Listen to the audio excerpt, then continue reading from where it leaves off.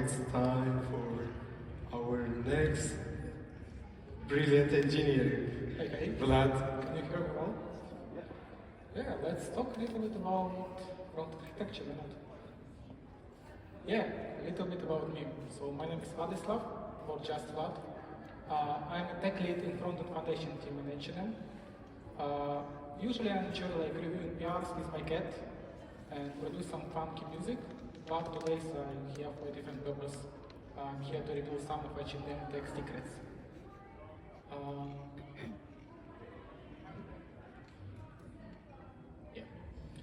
A little bit about my team. So Front Foundation team is the team whose main goal is to build the foundation of the platform for the team to build on and promote best practices inside the company and our front-end community and also provide hands-on support for other teams.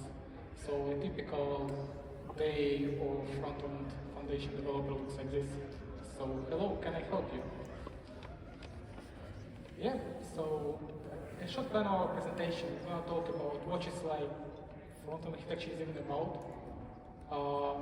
We'll take a glance at the current architecture of Semla.com, and we'll talk a little bit about our future vision, where we want to be with front-end architecture, and I will reveal some things we're actually currently working on. And then you will have a chance to ask some questions. Yeah, what is front-end architecture anyway? So actually, I like to simplify things. So for me, front architecture is just a set of important decisions about the front-end you are taking while working on some software product.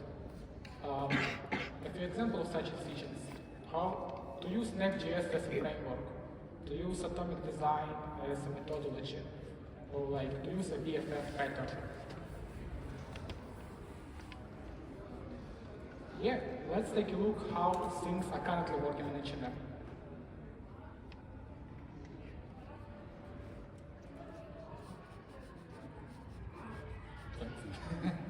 Okay, let's flex with a few numbers first. So it actually will explain a lot to you. So why we are taking the decision in the way we are taking them, because some of our architectural decisions are actually not really obvious. So and basically why we are taking it this way is because of these numbers. So it's 28.5 million pages daily and 4.5 million user sessions daily. That's a lot. But during the high sales period of Black Friday, for example, we have triple more. So yeah, it's kind of a challenge. Let's talk a little bit which tech stack we use. So pretty, I would say, obvious things here. TypeScript, kind of industry standard, right? React, because of popularity, great ecosystem and community.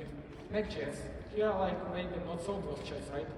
So, but I would say back in the day it was an obvious choice. Currently we have different options. So you can, for example, go with React Router, or maybe TimeStack Router or whatever. But back in the day we actually have only Next.js. There were no options. So if you want to have SSR, you're going with Next.js.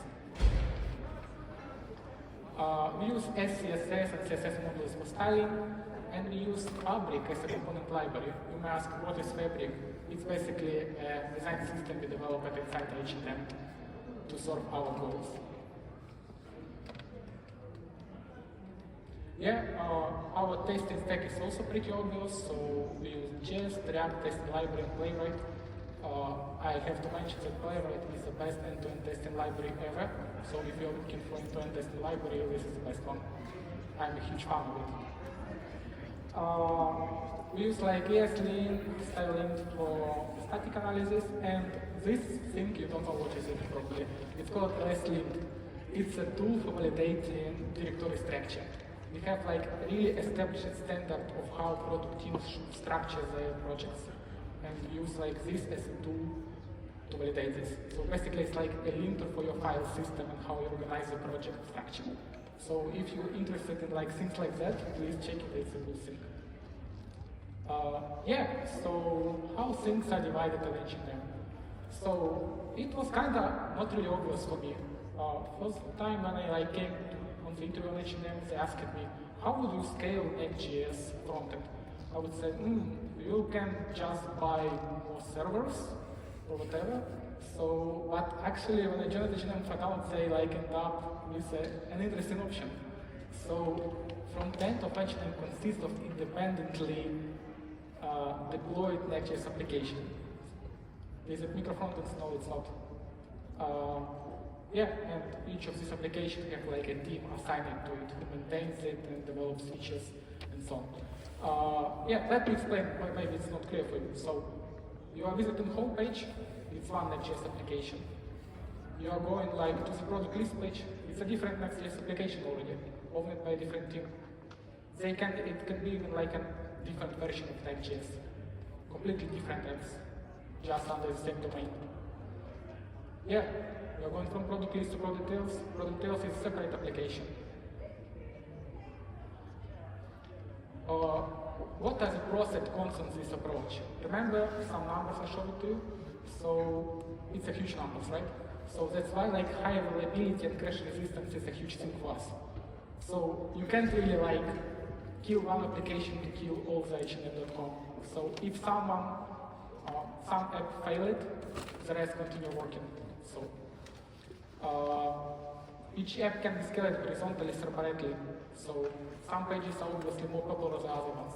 So we can scale them separately to match this load. For example, most of the load receives as product details pages. It's the most popular one. High independence for product teams. They can deploy separately and don't really depend on each other. Yeah, what are the cons?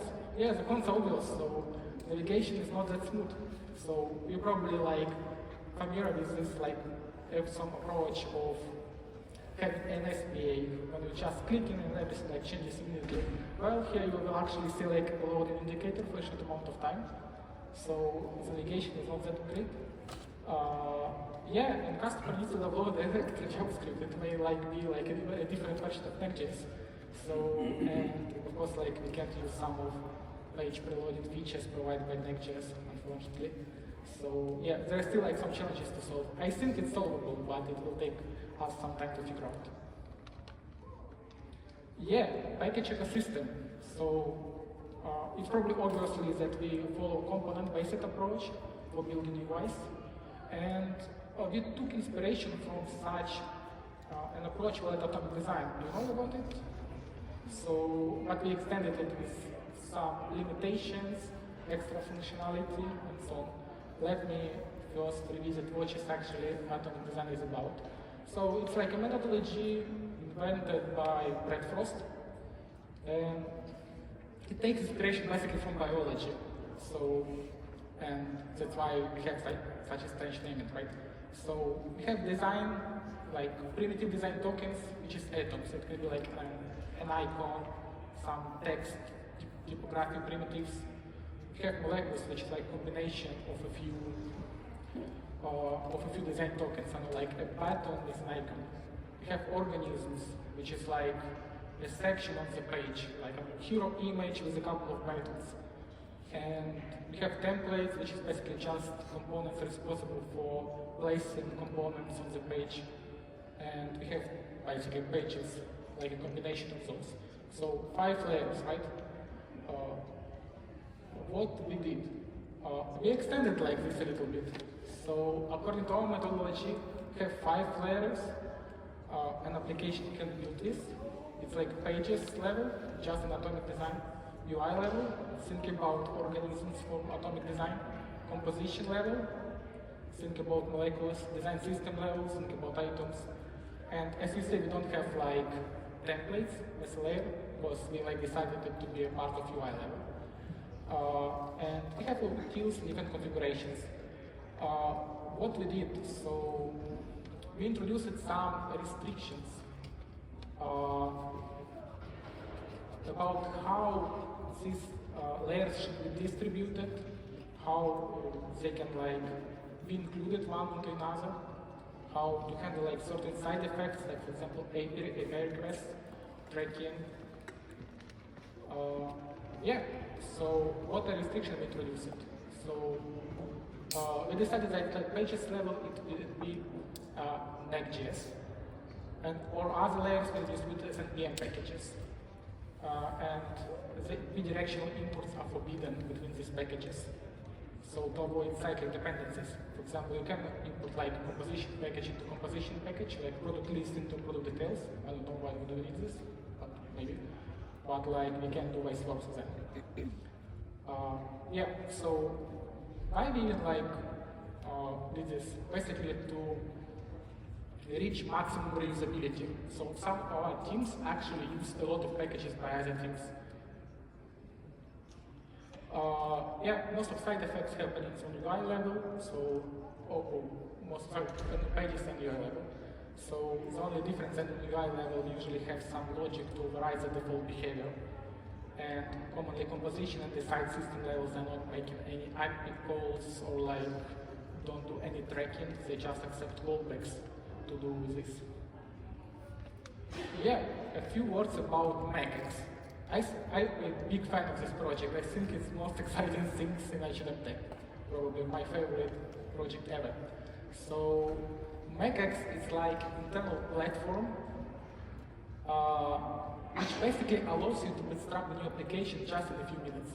So we have like an internal website when you can just enter, select a template, say for example, I want an Next.js application with in like style of html.com, press a button and it will set up automatically for your Git repo, infrastructure, pipelines, and even like boilerplate to what to start with, and you can just start developing without even thinking about these things. So really cool thing. I was really impressed when I found out about it. What are our current challenges? A huge chunk of our JavaScript on the client at the moment is just like, as you probably know, in your commerce project, most of the logic that you actually have is like IP communication. We are more read stuff than we actually write stuff. And we have like security problems. As you know, like it's not really secure to manage, for example, like authorization tokens with the client and so on. So it's like a few challenges that we need to solve. Additionally, we have like a big initiative happening right now in the backend side. So a lot of services like changing say APIs being divided into other services. So it can like lead to complete mess, right, in your frontend to adapt to this. Yeah, so what is our future vision and what we are currently working on to achieve? Yeah, we want to introduce a backend for frontend solution. So it will help us to define the contract between backend apps and frontend apps. So when something is being changed in the backend, you don't need like to change it in frontend application. You just do the minor tweaks in your BFF. We want to get a proxy for managing API secrets and authentication logic and stuff. And we want like a single place where we can aggregate the data, transform the data, and send it to the 3 different touch points. Because you know, HTML is not only about web, it's also like iOS and Android apps, which also like handles a lot of traffic. Yeah, so basically before BFF, every single application communicates by itself with different backend services. The logic is duplicated. With BFF, 3 touch points, requesting the data which really fits them, and BFF is managing communication with different services, data aggregation, data transformation, data formatting, and else. Yeah, so we took like a few architectural decisions in the process of this. So we decided that each product will have like its own BFF. It will not be like a single layer, because single layer is a single product of failure. And you know, like high availability is like really important for us. So we solve numbers. We decided like to not even like create a BFF with shared functionality. So we decided like to share shared functionality as NPM package to be included in every single application. And we decided BFF to be stateless, so no database and any persistent layer. Yeah, there were like some conversation about using the GraphQL, and we have like kind of a GraphQL gang to push it for it. Actually, I was this GraphQL gang. And I was thinking like, okay, it will give like some flexibilities for touch points to define the data they can receive. It has typing systems, super cool. But REST is no extra competency needed from our engineers and no extra dependencies on the client. But it actually went up basically with REST API, since it was like a preferable option to Android and iOS devs. So yeah. Yeah. So we tried like a few combination of stacks we can use for BFF. Basically Java-based solutions and JavaScript-based solutions, because it's basically competencies we have in our team right now. Yeah, so basically it was something like that. We had Java with Spring Boot, Spring Web Flux, and Quarkus.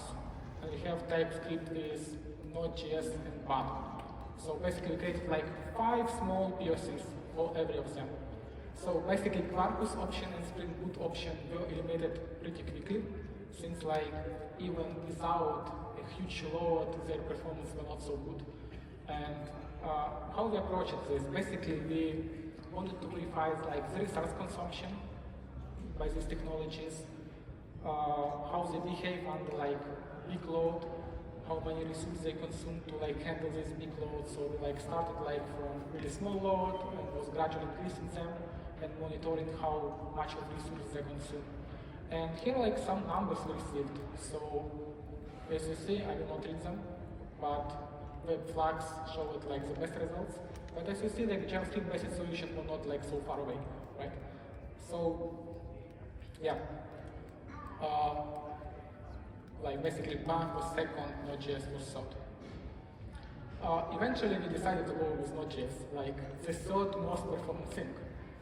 Mainly because like we already have a lot of experience working with Node.js, we already have like a lot of templates developed for Node.js, and our DevOps engineers really trust Node.js. So that's why we choose Node.js eventually. Even if one is so good with TypeScript, I actually really enjoyed developing my POC with one. Then there was a question like which framework should we choose? So since like we choose the third most performance option out of available, we want like to compensate a little bit. So we choose the fastest web framework we could. We choose Fastify and Node.js HTTP client. We were actually really impressed by how developed the ecosystem of Fastify. We used like a lot of cool plugins with it. Like Fastify End was really like helpful for us to develop like a configuration management. So we have like a third-party provider, like a configuration management platform, which we can like interact with SDK provided by them, and we use like Fastify to them to load these environment variables and configure our instances. Fastify type provider was like provided typebox was really useful for request validation. If you know typebox, it's like something similar to Zot. Yeah, you probably know this. So it's basically an alternative to these tools. We use it to validate incoming requests. And yeah, this package was really cool. We use it as a cache2 package to implement like a short-term cache, which is basically used to duplicate requests.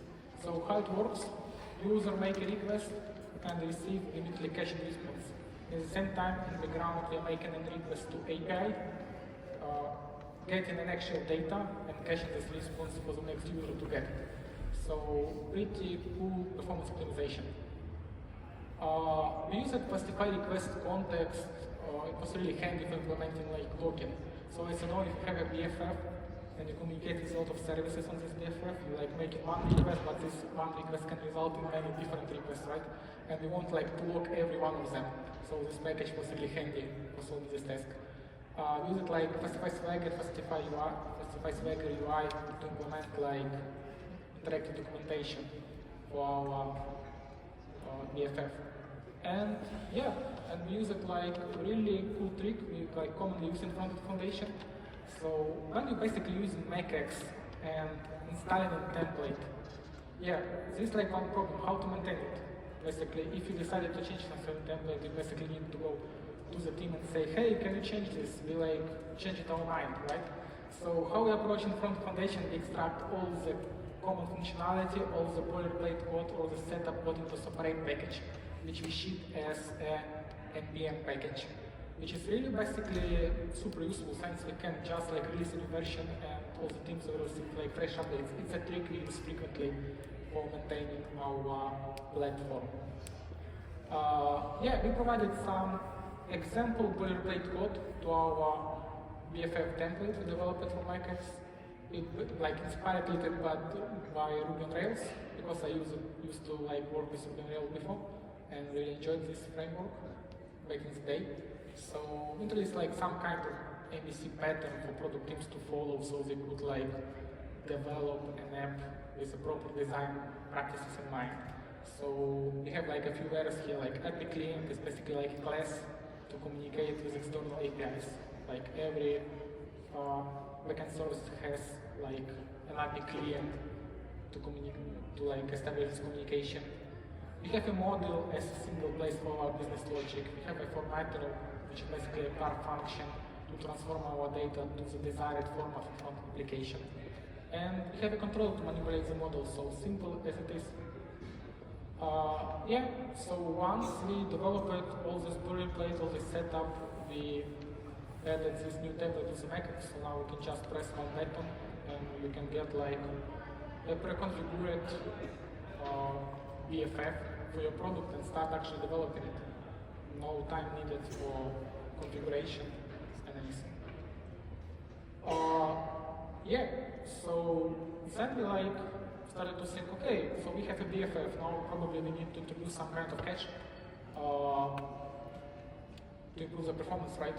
Back in the day, we already have like an API cache, but this API cache was only was like on every single Node.js instance we had, which is not like maybe a good solution, right? Since even one product can have multiple Node.js instances for scaling, right? Not really effective setup. So we decided like to change it. We decided like to introduce centralized Redis cache layer, which is being managed by our cloud provider to simplify maintenance. And unlike previously, now it's layer. So every product team uses the same cache. So it is supposed like to maximize hits as much as possible, which should lead to better performance.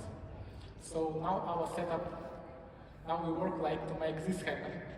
So we use the same package, basically cache dedupe, as we use it to optimize our BFF, but now we have it on the Next.js instance to manage, to work with our Redis. Yeah, so basically we creating an Redis instance, connecting it, we connect it to a remote Redis instance, passing it to async cache dedupe, and async cache dedupe is a cool package which just manages like all the read-write operation for us. Yeah, and here like what our current architecture now looks like. So it's just an example of an application, right? One of many we have. So we have a CDN and cache on CDN. We have our front-end package ecosystem. We have an API cache layer to cache responses from Experience API. It's our internal name for BFF. And we have different APIs. So how we can like include it? There are still like multiple challenges we need to solve and like hard tasks to tackle. But like it's a process of working like software development company, right? So you like tweak in your architecture to match your business goals, and this makes your architecture ever evolving. Thanks.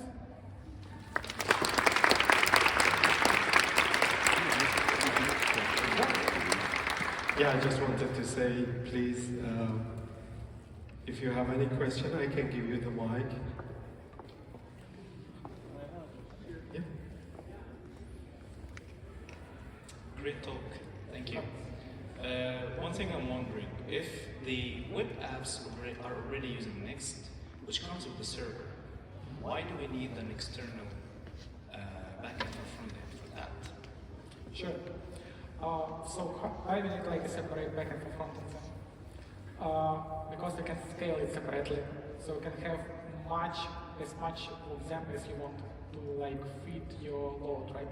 We really want like our Next.js instances to be busy with only one task, rendering the pages, right? Not it's like single-threaded system. So basically when we are processing some requests, right, we are not doing the rendering. But like now our Next.js instances are busy only with doing rendering. So it's like better from a scaling perspective.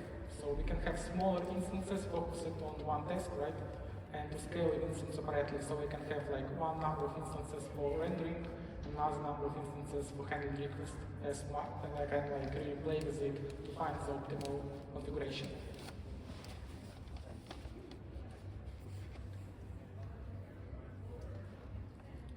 Hey, thanks for the talk.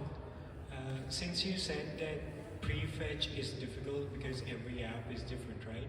Yes. Do you look at heat maps, and if you do, how do you like take care of that?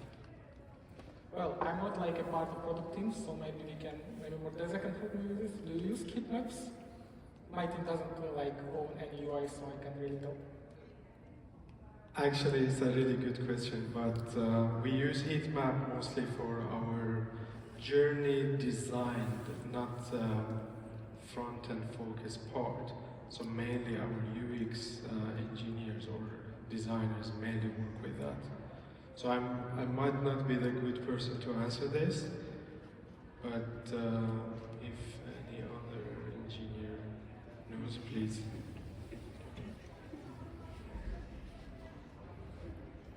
Yeah, sorry, one more. Yeah, sure. Database, how do you talk to the database having all these different micro applications?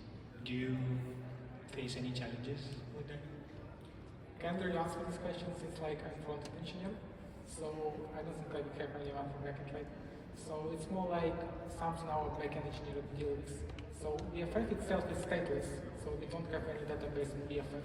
But of course, like probably backend servers communicate with, but unfortunately I don't know much about this. So a little bit like out of our scope. I'm a backend engineer. I can answer that. Okay. We have a lot of microservices, and each services are deciding their own database and stuff. So we also have community. Of course, we have standard. We have best practices. But you know, microservices. So,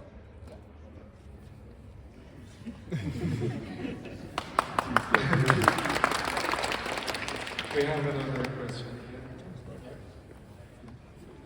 Thank you very much for the talk. I have two questions actually. One is that what was the reason that you picked REST or GraphQL? Another question is that you guys at Chanel considering open sourcing some projects of you, like Macix, that you think is very good? Yeah. That's all. Okay, let's start with the first question. Why?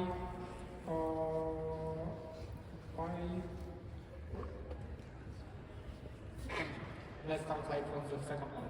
I know all the answer this. So for now, we don't have like any initiatives connected like open sourcing any of stuff, and it will be really hard to open source Macix since Macix actually like orders a lot of resources. So basically, it's not a cheap stuff. So, but maybe we will consider something which I actually like to push for this topic. So maybe one day we will release something public to contribute back to the open source because I think like it's a really good practice. Can you repeat please the first question? First question is that why you picked REST over GraphQL. Oh, yeah. How do you handle overfetching? Yeah. So basically, we picked REST over GraphQL for two reasons. First one is like it was like the preferable option for our mobile developers. So they are not really familiar with GraphQL. Our web community were kinda excited about using it, but mobile devs were against. And since like almost like 70% of our traffic actually going through the mobile apps, so we always like considering the interest. Another reason why we did this is basically no extra dependencies on the client, so most of our front attempts already like working with REST, so no learning curve, so yeah. But I think like it can fit perfectly. I actually like actually was really pushing for this. Yeah. I think like it perfectly fits this use case with BFF. And overfetching, right? Can you a little bit elaborate on what familiar with this term, to be honest? Hello, so you said like you have different application pages using Next.js, right? So they might be using different React components or libraries like packages you said. So how are you managing the common packages which are used across these Next.js? Are they duplicated or there is any caching thing which you have to do? Because if it's micro frontend, you can share those logics. Yeah, so there is like a package which my team maintains, which basically contains all the common stuff. So it's called like base template. So it contains like header, footer, on the like shared things. So if it's like some kind of utility library, then we just duplicate it in different pages. Like we need to download it, right? Sorry, I can hear you. Can someone?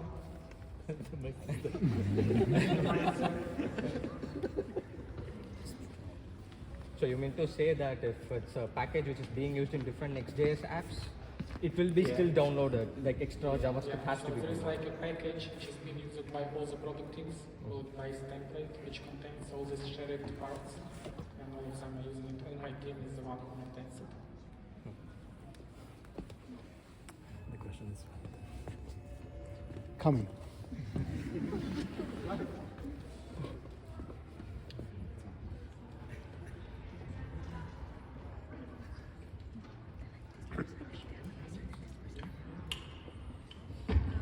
What benefits are you reaping out of or from Next.js instead of React? Okay, so I would say now these benefits are not so visible, but back in the day they were pretty great. So as you know, like with Next.js we have possibility to do stuff like server-side rendering, server-side generation, static site generation. You know, SEO for e-commerce project is like really important thing. So we really like put a lot of effort to make things faster, better, like readable by crawlers. So it's really like a huge thing for us. I know like at the moment it's not the big issue that it was before, and even like NSPA can currently like parse it properly by a Google bot, right? Since like they changed it a little bit the approach of how they parse applications. But we are still gaining some benefits even now after like years of using Next.js. It's still like better user experience, for example, right? So you're getting like your page rendered immediately. So we use like, and Next.js is not only about say server-side rendering. We have like image optimizations, different like performance optimization which came with Next.js. So back in the day, I would say it was like the only React-based framework who was offering so much features. Currently, I would say the choice would be not so easy. It's still like competing with others, but currently we have many choices, right? We can go and know with like fresh version of React Router, right, which can even simplify some things. But for now, I would say we are staying with Next.js. It's still like competing pretty well, right? Adopting like all the fresh React APIs pretty quickly. Basically, they first adopters of everything. Yeah, so they're probably like the first framework for adopted server components, for example, which are currently we are planning migrating to. So still pretty solid option. But maybe in future we consider something else. Our architecture allows to do this, right? It's just like these top levels. So you technically can replace it with something else and it's going to be fine. Thank you so much. Yeah, one more question. I'm sorry, this is the last one. No, this is for the engineering lead. Why did you have to choose GitHub Copilot out of all these? You know, there are amazing tools out there for AI productivity. And if you have any stats on how much productivity did you gain by using GitHub Copilot? And thanks again.